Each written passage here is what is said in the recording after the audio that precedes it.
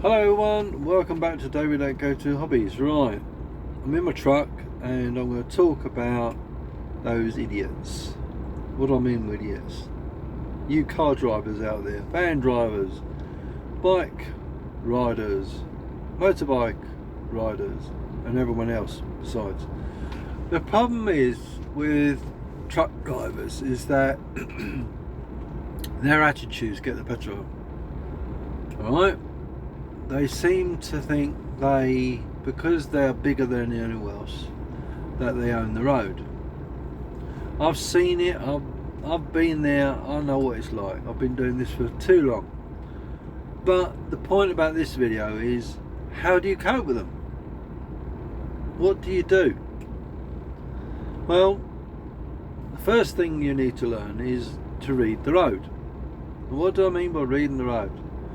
Watch what people are doing, why they do it, when they do it, how they do it. Yeah? A little scenario. You're waiting to pull away from a roundabout. Yeah? You're in a car. You see a space and you go. Well, the truck, it's a whole different game. We got 30 odd tons of goods on the back and we ain't a Ferrari. And what tends to happen is we put our foot down, the engine's got to power up, bring the revs up, engage gear, and away we go. It's already in a gear, but I'm just saying it will go when the revs are high enough, because that time delay between getting the revs up and the car coming around the roundabout doesn't always match up. And what tends to happen, we'll pull away and someone else is whizzing around the roundabout. Never mind about going around the roundabout at a sensible speed. No way. They don't do that. They come round like a bat out of hell. And it's, get out of my bloody way. I want to come around this roundabout. It's my road. It's my car. I'm better than anyone else. I'm Sterling Moss. Or whatever. Yeah? So there's us poor truckers thinking, oh hell. But it's all about timing, isn't it? You know? We got to time it just right. As that road goes empty, we put our foot down and hope we get across the roundabout before some nutter comes round the roundabout. Or it's like pulling away for a set of traffic lights. Yeah? What does our truckers do? We watch what the other lights are doing. So when those lights change, we're on off we go. Right? I know I could have worded that better. But it's a case of you put your foot down sometimes and the lorry thinks, okay, we'll go when we're ready. This is going to take us about, we'll select the right gear, we'll power up the turbo and we'll go. That can take anything up to about 5 seconds. Now, I don't know about you, but 5 seconds is a lot of time when you're trying to get away from a standing start with a truck that's fully loaded. Cars, wow, they can be at 60, 70 mile an hour in 5 seconds. Us trucks, you're lucky enough to get bloody about 5, 10 mile an hour out of us when we're fully freighted. So if you're a car driver, bear that in mind. Us poor truckers, we can't whiz around like bleeding bats out of hell.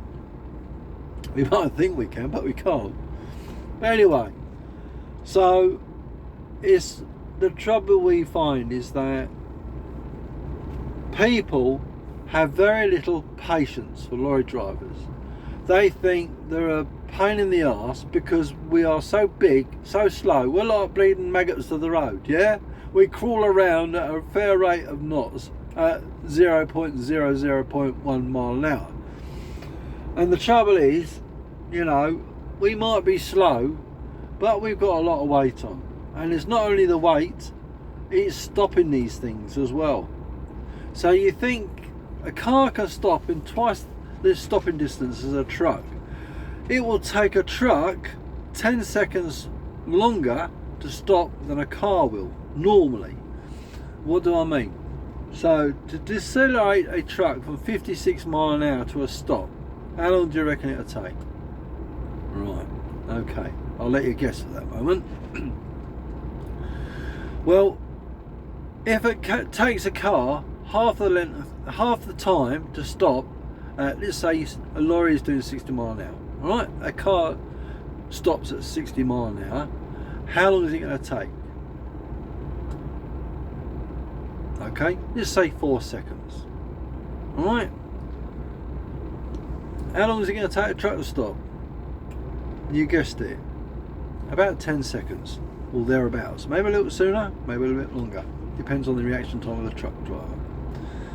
And not only that, it's the tyres, it's the brakes, and the weather condition and the road surface. All play and not only that, temperature.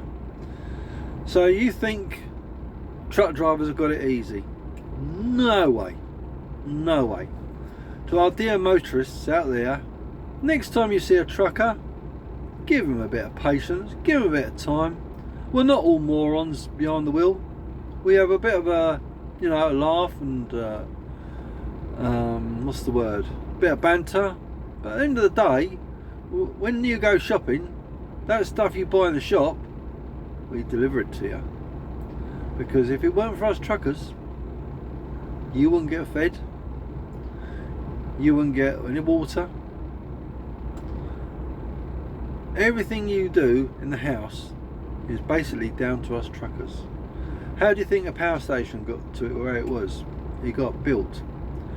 Who brought the stuff to the power station to build the power station?